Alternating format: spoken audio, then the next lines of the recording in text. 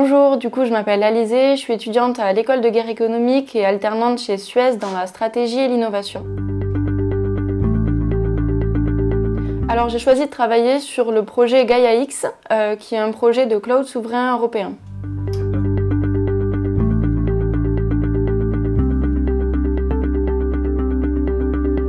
Du coup, sur cette carte, on voit un petit peu qui sont les acteurs qui gravitent autour de ce projet. Donc c'est important de rappeler que c'est un projet qui est né en 2019 d'une initiative franco-allemande. Donc à la base, c'est 22 entreprises qui ont pris part dans ce projet, donc 11 entreprises françaises et 11 entreprises allemandes. Donc on peut voir ici un petit peu, donc grâce au snapshot, on va pouvoir voir qui sont les personnes qui ont contribué justement à ce projet à la base.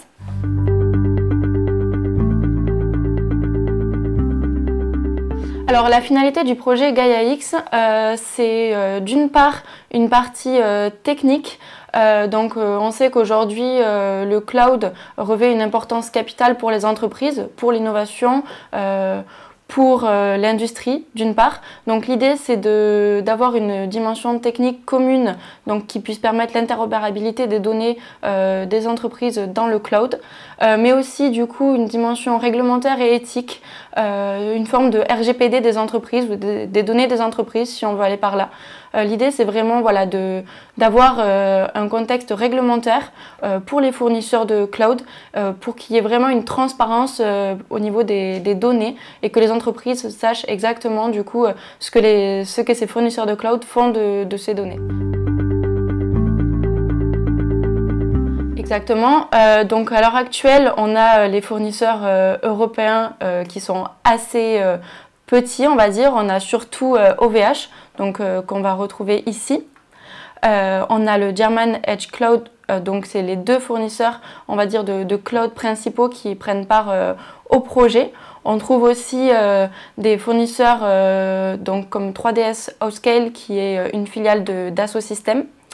Cependant, ces fournisseurs sont quand même petits à l'échelle des fournisseurs qu'on connaît tous, donc qu'on peut retrouver par exemple sur cette cartographie. Donc Microsoft et Azure, Amazon avec AWS, Alibaba avec son cloud, donc Alibaba Cloud, et Google avec Google Cloud. On va dire que ces acteurs-là, qui sont les acteurs américains et chinois, sont vraiment les acteurs majeurs sur le marché. La problématique majeure qui se pose, c'est vraiment la question des données. Donc, par exemple, vous avez entendu parler du Cloud Act, donc, qui est passé en 2020. Ce projet de loi américain, en fait, est vraiment une entrave à la liberté des données pour les entreprises et pour les personnes en Europe. Et c'est vraiment en réponse à ça que le projet Gaia-X a vu le jour. Alors c'est vraiment un choix de ma part. L'idée c'était vraiment de montrer comment ces quatre acteurs qui sont majeurs aujourd'hui, on va dire, conditionnent un peu le marché du cloud. Font office de grands leaders autour de plein de petits acteurs et de plein de petites entreprises qui gravitent autour d'eux et qui dépendent aujourd'hui d'eux et de leur technique pour se développer. Donc comme vous pouvez le voir sur la cartographie, on peut très bien déplacer pour donner sens à la cartographie telle qu'on le souhaite. Donc les acteurs, pour un petit peu voir apparaître les liens. On peut très bien aussi changer de vue, c'est-à-dire que là c'est vrai que j'ai choisi de faire une cartographie des acteurs, mais on peut très bien voir une vue plus stratégique et plus rapide.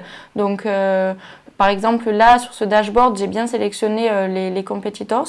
Donc, ce qui m'intéresse, c'est de voir un petit peu qui sont les acteurs qui apparaissent sur le sujet et qui sont concurrents. Donc, on peut les voir ici. Donc, comme je vous disais, les premiers, c'est Microsoft, Amazon, Google et OVH, etc. et Alibaba. Donc, on peut les classer ici. Et ici, du coup, on a tous les acteurs qui apparaissent. On peut aussi très bien choisir de voir d'autres vues et c'est ce qui est très intéressant. Par exemple, si je cherche les mots-clés sur le sujet Gaia-X, en fait, ça va reprendre un peu ce que j'ai voulu vous communiquer. C'est-à-dire que Gaia-X, c'est un projet d'infrastructure cloud,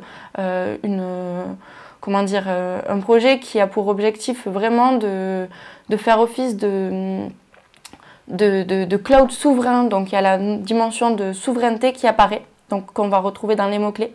C'est un projet qui veut à terme aider les entreprises industrielles à se développer. Donc on l'a là.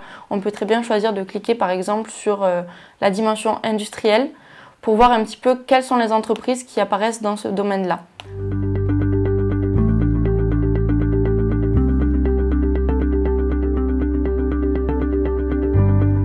Très bien, en effet. Alors, c'est assez simple, c'est-à-dire qu'on voit très bien qu'il y a une barre de recherche ici. Donc, je vais chercher Numergy.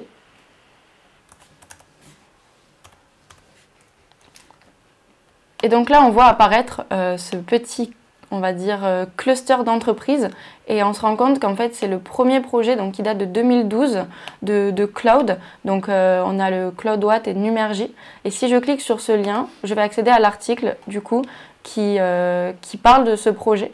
Donc là, je vois ici que CloudWatt a été créé en 2012 par Orange et Thales et que Numergy, créé par SFR, ils étaient tous les deux des offres gouvernementales pour la souveraineté numérique. Alors du coup, sur ce projet de cloud souverain, donc, qui est un projet vraiment qui a pour but de développer la souveraineté numérique en Europe. Donc on peut voir par exemple donc, dans l'écosystème, donc là j'ai fait une recherche par mots-clés, j'ai recherché souveraineté pour voir un petit peu qui étaient les acteurs qui apparaissent. Et du coup on voit très bien que donc, autour de ce projet Gaia-X, donc il y a l'Union européenne d'une part, il y a les acteurs clés ici, donc Peter Almeter, Emmanuel Macron, donc qui sont d'une part le ministre allemand de l'économie, donc qui est à l'origine du projet, et du coup le président de la République ainsi que Bruno Le Maire, du coup, qui sont tous deux à l'initiative du projet à la base.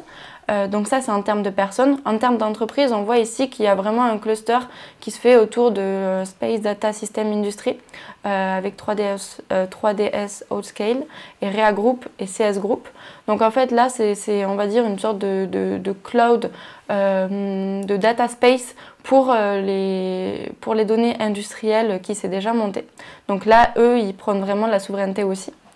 Et donc on a un ensemble d'entreprises ici qui veulent participer activement à ce projet et prôner du coup la souveraineté numérique en Europe. Alors très intéressant, du coup on peut chercher dans la barre de recherche. Donc Snowden. Alors on voit ici qu'il apparaît avec un petit cluster autour de lui. Donc il apparaît en double. Alors c'est intéressant, c'est que si on veut un petit peu